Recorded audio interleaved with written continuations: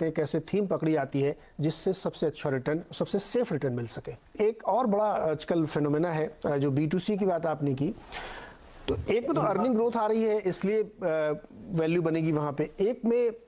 EPS growth पर multiple की growth बहुत ज़्यादा हो गई है, अर्निंग ग्रोथ उसके कंपैरिजन में नहीं हुई है या बहुत कम है, या अलग तरीके से उसको लोगों ने एनालाइज करके बता दिया है। लेकिन कई बार अच्छा है कि बहुत अच्छी कंपनीज हैं उनमें अर्निंग ग्रोथ हो रही, तो वो आप लोग कैसे चुनते हैं जहां पे अर्निंग ग्रोथ पे फोकस करें, या जैसे हम लोगों ने B2C FMCG की बात करी, उनके मल्टीपल ऑलरेडी बहुत हाई होते हैं, ग्रोथ बिल्कुल नहीं लेकिन मल्टीपल अभी भी 80, 90, 100 बने ही रहते हैं। तो जनरली एटलीस्ट हमारा ऑब्जर्वेशन ये है कि जहाँ पे ग्रोथ होती है और इसमें सबसे बड़ा इम्पोर्टेंट वर्ड जो यूज हम करते हैं स्ट्रक्चरल ग्रोथ। कैसे कि अगर आप कोई कमोडिटी लो, उसमें प्राइस की वजह से एक साल 40% ग्रोथ आ सकती है, 50 आ सकती है, 60 आ सकती है, वो आ भी गई थी, पर उसके बाद क्या, तो वो स्ट्रक्चरल नहीं है। तो अगर आप राइट टाइमिंग से वो सेक्टर में अच्छा पाते हो, या फिर आपको वो एनालाइज करके वो आपके जाने में अगर आपकी क्षमता है, तो आप वैसे तरीके के सेक्टर्स और कंपनीज में इन्वेस्ट सक्सेसफुली कर पाते हो। पर अगर दूसरी तरफ कि जो कंपनियां का स्ट्रक्चरल ग्रोथ हो सकता है, तो वो कंपनी में हम जनरली जाना पसंद करते हैं, क्योंकि क्या होता है कि एक आध दूसरा साल जैसे अभी मैक्रो कोविड की वजह से या इन्फ्लेशन की वजह से एक आध दूसरा साल अगर ग्रोथ आ भी नहीं गई, तो भी बाद में वो कैचअप कर सकती है।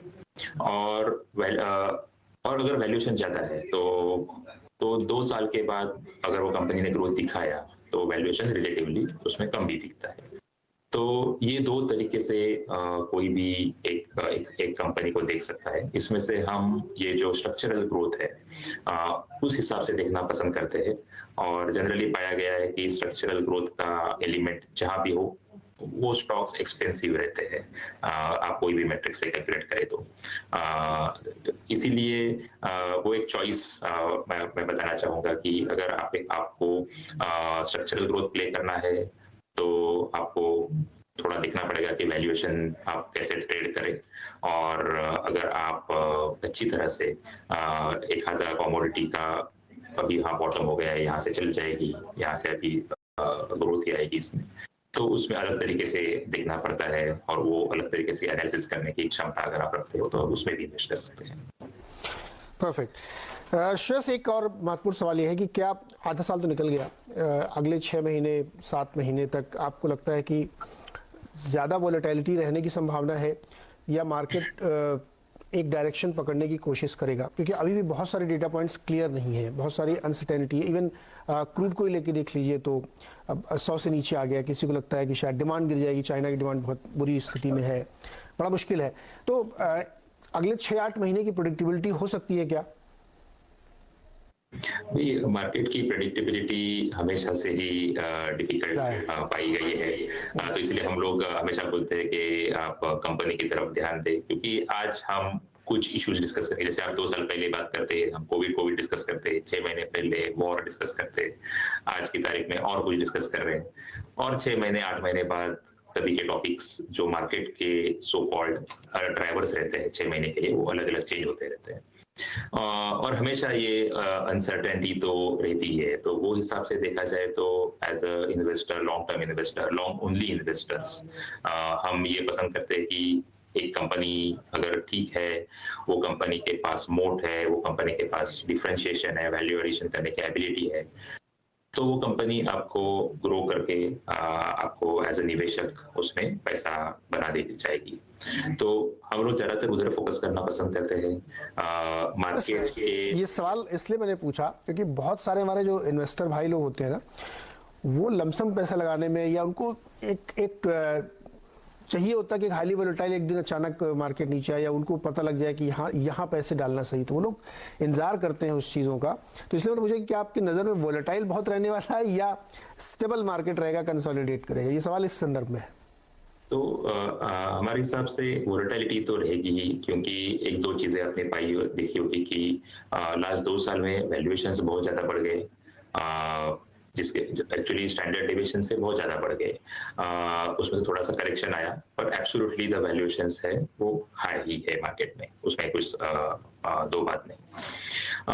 दूसरा ये है कि कंसर्न्स जिसे बोलते हैं कि मार्जिन प्रेशर आएगा कमोडिटी की वजह से, वो कंसर्न हमारे हिसाब से प्राइस में है। तीसरा कंसर्न मार्केट में है इंटरेस्ट रेट का। अब इंटरेस्ट रेट राइजिंग साइकिल आपको जैसे पता है कि इक्विटी के लिए नेगेटिव रहती है, फॉलिंग साइकिल पॉजिटिव रहती है, तो बात अलग है, पर एज ऑफ नाउ उसमें भी आपको कंफर्ट है। तो एक ही चीज है जो अभी तक क्लैरिटी है नहीं कि वोलेटिलिटी के हिसाब से, वो है डिमांड ग्रोथ। क्योंकि मार्जिन प्रेशर्स तो देख लिया मार्केट में, अभी अर्निंग सीजन में भी वो दिख ही रहा है, लेकिन कमोडिटी के प्राइसेस कम आ गए हैं, तो इसीलिए शायद आगे जाके वो मार्जिन प्रेशर कम हो। पर डिमांड का इम्पैक्ट है जो इन्फ्लेशन का, वो अभी तक पूरा क्लियर हुआ नहीं है, तो उस हिसाब से वोलेटिलिटी हो सकती है। पर ऑलवेज जैसे बोलते हैं कि what is different this time,